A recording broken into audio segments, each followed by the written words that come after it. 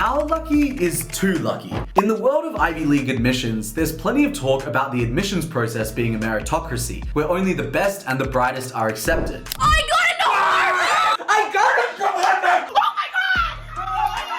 But beneath the polished exterior lies a world of suspect practices and favoritism. We've all heard about the Varsity Blues scandal, where wealthy families in the US bribed Ivy League coaches to admit their kids. Actresses Lori Loughlin and Felicity Huffman are two of the dozens of wealthy parents accused in the alleged scheme. Prosecutors say that some of them paid millions to get their children into elite schools like Yale, Stanford, and the University of Southern California. But what if I told you there's a legal, yet very unethical admission system that also favors the wealthy? Today, we're going to be diving into the world of athletic, legacy, donor, and children of staff admissions, also known as ALDC admissions. By examining this admissions practice that exists at Ivy Leagues like Harvard, we'll shed light on a system that favors the already advantaged and also discuss what students from non-privileged backgrounds can do to overcome this. Elite schools like Harvard present their admissions process as if all students are accepted on merit, but every year, roughly 1/3 of Ivy League students come from a group known as ALDC students. The ALDC category includes recruited athletes, legacy applicants, donor relatives, and children of faculty. Whilst only 5% of the total applicants fall under this category, they make up roughly 33% of students accepted every single year.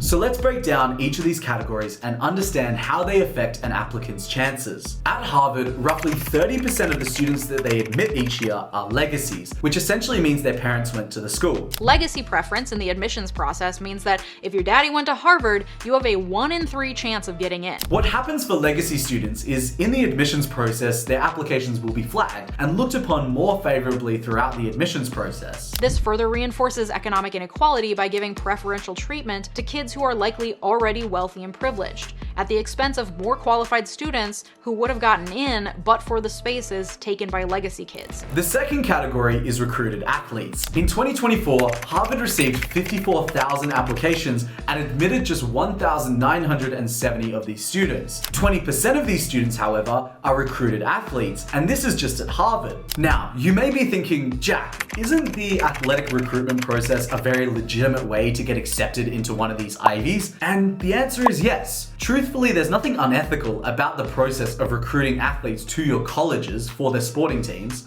The problem I have with it, however, is the inaccessibility of many of these Ivy League sports. These inaccessible sports are things like rowing, fencing, golf, lacrosse, skiing, horse riding, and sailing, which are inaccessible and unaffordable to the majority of American students. As a result, these sports are often concentrated in affluent communities and serve as a great pipeline for the ultra-wealthies to get their kids into Ivy Leagues. On top of that, the Ivy Leagues often recruit more students for the unpopular sports than they do for the popular sports like basketball or baseball. For instance, Harvard's rowing team has 142 athletes, fencing has 32, sailing has 30, and cross country has 49 recruits, in comparison to the Harvard basketball team, which only has 30 recruited athletes. And when you multiply this out across all of the Ivy Leagues, you start to create a powerful admissions pipeline that favors the ultra wealthy. The final two categories are donors and children of staff. But to be honest, there isn't too much data available about how many students are admitted on this basis. Relative to legacy and athletic admissions,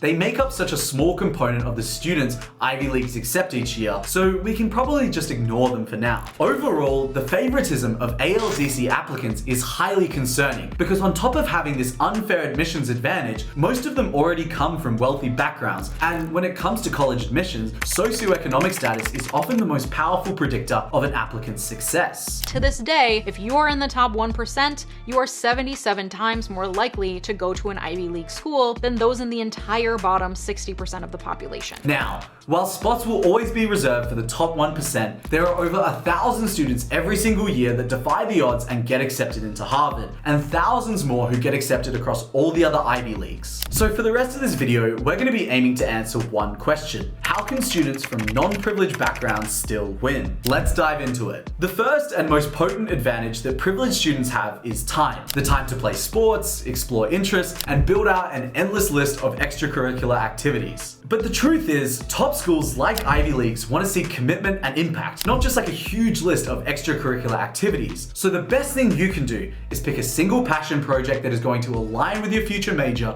and go all in on it. For instance, for my degree in education, I spent all my time building out my education non-for-profit. If you're in computer science, focus on building an app or a coding tool that solves a real-world problem. Stick with your passion, refine it, show depth, and that's how you're going to succeed in the admissions process. The second key advantage that privileged students have is access to college admissions counselors. And whilst this is a huge advantage, it doesn't mean that all hope is lost. I came to Harvard on a full-ride scholarship from Perth, Western Australia, which is the most isolated major city in the world. And I had no admissions support because almost no one over there had ever been to Harvard. The beautiful thing is that we're living in the age of the internet, where there are people on YouTube, like myself, who are actively giving away all their personal statements, college essays, and college materials for free. So if you want to learn how to write a great college essay, then just check out my Google Drive in the description because it has all my personal statements and supplemental essays that I've submitted for both dream schools and prestigious scholarships for free. It's just all there for everyone's access. And it's not just me. Learn from the wealth of information available on platforms like YouTube, reach out to people on LinkedIn who you might be able to help, and get as many people as you can to give feedback on your college essays. It won't be easy, but through lots of research, networking, and feedback, you can get the same experience as a lot of what these college counselors are providing. Now, let's change gears and talk about the biggest disadvantage that privileged students have, which is they often don't have a great story to tell. To paint a picture, here's an example of just how dull privileged students' college essays are. Hey guys, today I'm reading the Common App essay that got me into Columbia. Here we go. Hemingway famously wrote by hand for hours each day. Would he have approved of the literary merits of Twitter as a writing exercise? Maybe.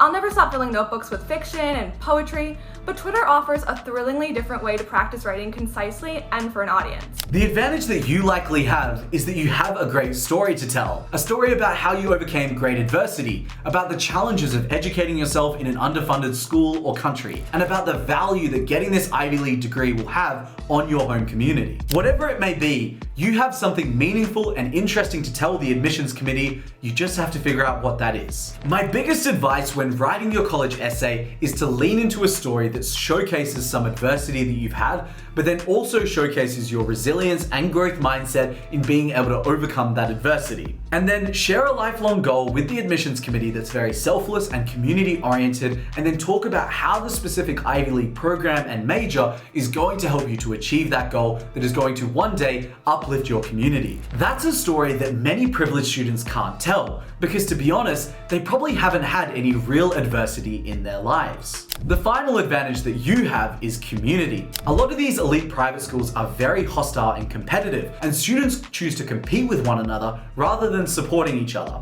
So if you have friends in your school that also want to get into an Ivy League, don't compete with them. Connect with them and work with them. Build out passion projects together. Give each other feedback on your college essays, help each other prep for the interviews, and be emotional support for each other throughout the process. If you have friends that you can work with towards this goal, that's an advantage that a lot of the privileged students don't have. Anyway, that's gonna do it for this video. I just wanted to put this information out there so that you know what you're up against, but also some of the strategies that you can use to overcome this and go on to do great things with your life. If you have any questions, be sure to chuck them in the comments below. And as always, if you want access to all my college resources for free, then check out my Google Drive at the top of the description where I put everything that you need to succeed. And also, if you want access to my personalized one-on-one support services, then be sure to fill out my Google form at the top of the description because I'm selecting one new student every single week to help them reach their college dreams for free. Good luck.